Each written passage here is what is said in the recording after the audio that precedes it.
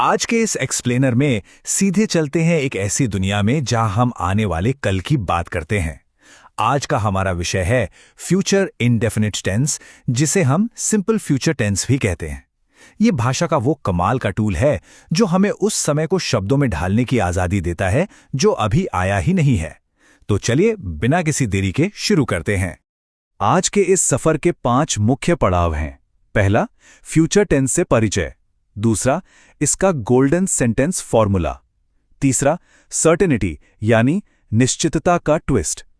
चौथा, नकारात्मक और प्रश्नवाचक वाक्य। और पांचवा, एक अंतिम चुनौती। चलिए बढ़ते हैं भाग 1 की तरफ। फ्यूचर टेंस से परिचय, फ्यूचर की पहचान। तो आखिर ये फ्यूचर इंडेफिनिट या सिंपल फ्यूचर टेंस है क्या? बहुत ही सीधे शब्दों में ये उन कामों या घटनाओं की बात करता है जो अभी तक हुए नहीं हैं। मतलब ना तो ये बीते हुए कल की बात है और ना ही आज की। ये बात करता है आने वाले समय की। जो एक्शन कल होगा या कुछ देर बाद होगा उसे बताने के लिए यही टेंस काम आता है ना? कितना सिंपल।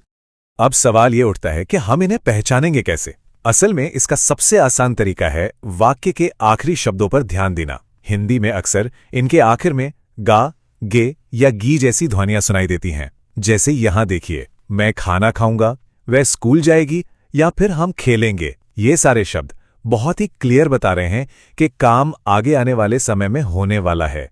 अब आते हैं भाग 2 पर, गोल्डन सेंटेंस फॉर्मूला, खेल के नियम। पॉजिटिव या सकारात्मक वाक्य बनाने के लिए ये एक मास्टर फॉर्मूला है। इसे एक तरह से इस पूरी ग्रामर का इंजन समझ लीजिए। अगर इस एक छोटे से फॉर्मूले को पकड़ लिया तो समझिए आने वाले कल की बात करना बिल्कुल बच्चों का खेल हो जाएगा। चलिए इस फॉर्मूले को थोड़ा तोड़ कर देखते हैं। सबसे पहले आता है सब्जेक्ट, यानी जो इंसान या चीज काम कर रही है। उसके बाद लगती हैं सहायक क्रियाएं, यानी हेल्पिंग वर्ब्स, जो हैं विल या शैल। इसके बाद जो आता है वो सबसे जरूरी हिस्सा है, V1 यानी वर्ब का पहला रूप। बिना किसी अपवाद के हमेशा V1 ही लगता है, इसे बिल्कुल पक्का याद रखना है। और आखिर में आता है ऑब्जेक्ट, जिस पर उस काम का असर पड़ रहा हो। लेकिन यहां एक कंफ्यूजन अक्सर होती है कि विल कहां लगाना है और शैल कहां। इसका नियम असल में बहुत ही सीधा है। नॉर्मल हालात में जब भी हम आई यानी मैं और वी यानी हम का इस्तेमाल करते हैं तो उनके साथ शैल की जोड़ी बनती है, और बाकी सबके साथ जैसे यू, ही, शी, इट, दे या किसी का नाम हो तो वहां सीधा विल लग जाता है। बस इतना सा रूल है। आगे बढ़ते हैं भाग 3 की तरफ, निश्चितता यानी सर्टेनिटी का ट्विस्ट, धमकियां, वादे और चेतावनियां। जब लगता है ना कि नियम बिल्कुल सेट हो गए हैं, तभी ग्रामर में एक बड़ा ही मजेदार ट्विस्ट आता है। अगर किसी से कोई पक्का वादा करना हो, किसी को चेतावनी या धमकी देनी हो, या फिर कोई बात पूरी गारंटी के साथ कहनी हो, तो ये विल और शैल के नियम बिल्कुल उल्टे हो जाते हैं। जी हाँ, 100% उल्टे। जहां नॉर्मल भविष्यवाणी में आई और वी के साथ शैल लग रहा था, वहां अब गारंटी देने के लिए विल लग जाएगा और बाकी सबके साथ शैल। इसे इस उदाहरण से समझते हैं। जरा टोन पे ध्यान दीजिएगा। पहला वाक्य है, Mohan will get 15 marks tomorrow. ये बस एक आम भविष्यवाणी है कि शायद मोहन कल 15 नंबर लाएगा।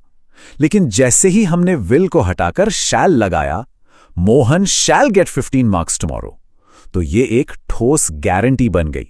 मतलब अब तो तय है कि मोहन के 15 नंबर आएंगे ही आएंगे। बिल्कुल इसी तरह जब हम वी के साथ शैल को हटाकर विल लगाते हैं तो क्या होता है? We will teach you English in 3 months. यहां ये किसी नॉर्मल काम की बात नहीं रही, बल्कि एक पत्थर की लकीर जैसा वादा बन गया है कि हम हर हाल में 3 महीने में इंग्लिश सिखाएंगे। एक छोटे से शब्द ने बात का पूरा वजन ही बदल दिया है ना। अब चलते हैं भाग 4 पर, नकारात्मक और प्रश्नवाचक वाक्य, इनकार और सवाल।